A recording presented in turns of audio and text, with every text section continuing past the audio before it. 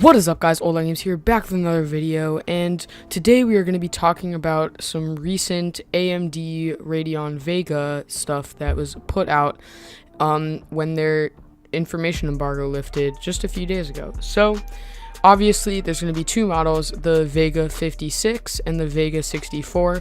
56 is going to be competing more with a 1070, while the 64 of course will be competing with a 1080, and then there's a liquid cooled version of the 64 that could compete with a 1080 Ti depending on how much they've overclocked it.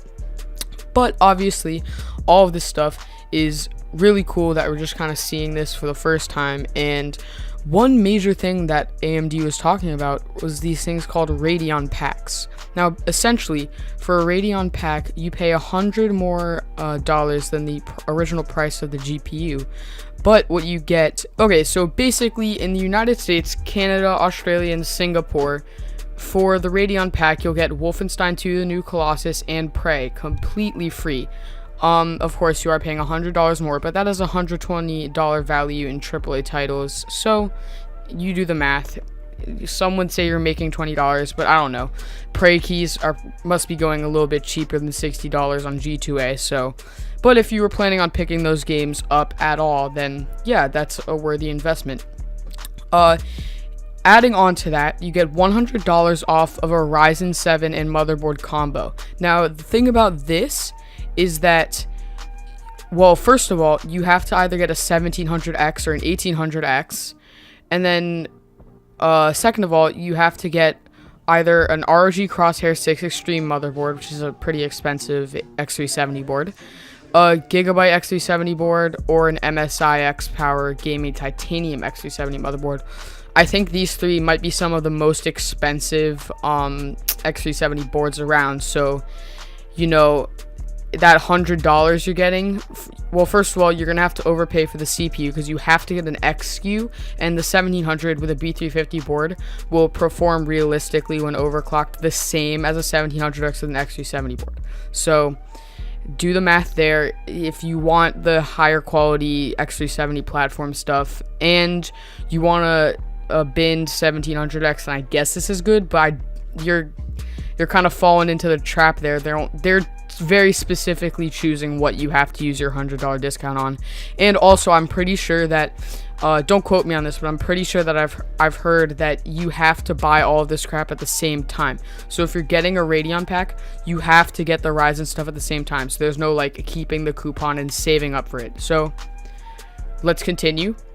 Third, you get $200 off of a Samsung 34-inch ultra wide 1440p monitor, and that has Samsung Quantum Dot, which, you know, might be a little bit gimmicky, but I guess it's nice, and Radeon FreeSync. Now, this is an insanely expensive monitor, and it's got a decent balance refresh rate and resolution, in my opinion, because you're getting 1440p and 100 hertz. That's on FreeSync. So I mean, obviously, just a plain 1080p 144 hertz monitor will be better for extremely competitive gaming, but you know, these new VEGA cards are going to be pretty powerful, and you know, AMD's putting their money where their mouth is, and they're saying, look, it can drive 100 hertz on a 1440p ultra wide, and say for some reason it dips below that, you still have FreeSync, so it's still going to look smooth. So I mean, that's kind of a power move by AMD, in my opinion, because a lot of people with these super high refresh rate FreeSync monitors haven't been able to get the best out of their setup in terms of their monitor, because, you know, a 580 is the highest end GPU they're selling, other than like a Fury X, but those were kind of being phased out. So, you know, I mean, with the exception of like CSGO and Overwatch, maybe Overwatch on a little bit lower settings, your esports titles aren't really going to run all the way at that high refresh rate. So this is an interesting move. They're kind of betting on their GPUs, their VEGA GPUs, that they're going to be able to push this many pixels at that refresh rate, which I think is actually pretty impressive. Now, let's talk about who Radeon packs are really for. Now, obviously, we can do a little bit of math here to see how much money you will save compared to going with the NVIDIA and Intel setup. So, I think one of the most interesting things here is that with the Radeon Black Pack, in my opinion, which might be the the most value, I think, for your money. You're going to get the VEGA 64, so that's competing with a 1080. Then you're going to get $100 off your motherboard CPU combo, and you're going to get those 2 free games. Now, if you already have Prey, you can just sell that key off on G2A or Kingwin or something, make a little bit money back. But if you don't have Prey and you wanted to get it and you want to get New Colossus, then this is a very good value. So you're going to save $60 on New Colossus. So that's already $60 of the 100 you're paying extra on the GPU made back just from that one game. And then if you didn't have Prey, that's probably another, I honestly don't know how much they're going for, but that's a $60 game. So now you're down to basically $480. Now on your motherboard CPU combo, okay, so say you go for the gaming K7 motherboard and the 1700X. The 1700X right now on Newegg is about $330. So you add that to the $210 for the gaming K7, and that would normally be $540, but take $100 off that on the discount, and you're getting that for $440. Now, if we compare that to a comparable Intel setup, so right now a 7700K is $340. Now that is pretty much just $10 above the 1700X. So with the 7700K would be the comparable Intel CPU price wise. Yes, you're getting more clock speed, and on AMD you're getting more cores, but just out of price right now. And then let's see for the motherboard. So for the motherboard, I guess a comparable motherboard that's obviously really high end in the Z270 range would be the Asus Prime Z270A, but it's cheaper than the gaming K7, but it's obviously an amazing board, and you're not really sacrificing a lot of features in comparison to the Ryzen board. So that's going to be $170. So if you combine that with the 7700K, it will be $510. So you're saving quite a bit of money by going with the Radeon pack. And also, some might argue that the 1700X is a little bit more future-proof. I hate to use the term future-proof because the new stuff's always coming out, but it's a little bit more future-proof in the sense that you have twice as many cores, twice as many threads, and as games start to use more of that up, then that's good. And also, you have a little more headroom in terms of background processes running on your computer.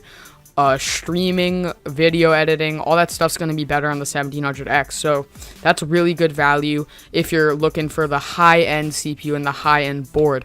Obviously, you can just save more money and go for a B350 board and a 1700, and it's not really in the same comparison. But if you're going for the high-end in the first place, this does make sense. And then obviously, if you already have a FreeSync monitor, this isn't really for you because a lot of the value in the Radeon pack is on that brand new amazing looking Samsung monitor. And if you already have a FreeSync monitor, you already have a really nice monitor, either in terms of refresh rate or maybe a 1440p 4K panel, then this doesn't make as much sense. Also, of course, if you already have Prey, a FreeSync / high-end monitor, and a Ryzen CPU, like, none of this really makes sense for you. You're better off if you want a Radeon GPU, if you want a VEGA GPU, just going with the non-Radeon pack version. So, this offers a lot of value, I think, for people who are looking to build a whole new system. And I think this is a really smart move on AMD's part, because for 2 reasons. One, anybody who's looking to build a new computer or completely upgrade their old computer is completely in the AMD ecosystem now. With a monitor like that Samsung one, you're not switching to NVIDIA anytime soon. That thing's just too expensive to warrant buying a GPU from the other side. So you're sucked into this ecosystem. The X370 platform is going to last till 2020, so you have CPU upgrades on their ecosystem, and you're on the new VEGA platform, which is it's what AMD wants you to do. Also, Prey and Wolfenstein 2 are both Bethesda titles, I believe, and Bethesda is one of the companies partnering with AMD to supposedly give you more performance on your Ryzen and VEGA setups. So, I mean, it's really just a giant marketing move on AMD's part. But another thing this kind of helps too is kind of warding off those cryptocurrency miners, both Bitcoin and Ethereum and other stuff like that, because they're looking to get the most out of their investment. If they buy a card, they want something with really good resale value, so something like a 480 or 580, which they could resell for like $500. Not now, but like last month or maybe 2 months ago, they easily could have done that. So they buy a cheap GPU with a lot of compute performance, cough cough, 480, 580, mine that till they get their investment back, then sell the card. They want to make return on their money. Now, these higher end GPUs, while they do have a lot more compute performance, is it really proportional to the amount of money you're spending? Is it as good an investment? I don't know. I'm pretty sure it's not, but correct me if you're a Bitcoin miner. So they're probably looking to stay more in the low end or the mid range. And also, say they are these Radeon VEGA cards are insanely good cryptocurrency miners. Say all the regular ones are sold out. If you want to get one, then you're going to have to pay for a Radeon pack. That doesn't make sense to the Bitcoin miner because they don't want a Ryzen 1700X. They don't want 2 free games, and they don't want a freaking curved monitor. So they're losing $100 on that, and I think that will drive a bunch of them away and really deter them in buying up all these Radeon packs. So it works in two ways. It works in sucking people into the Radeon ecosystem, which I'm not really saying is a bad thing. I'm not trying to criticize AMD for that because it's a good marketing move.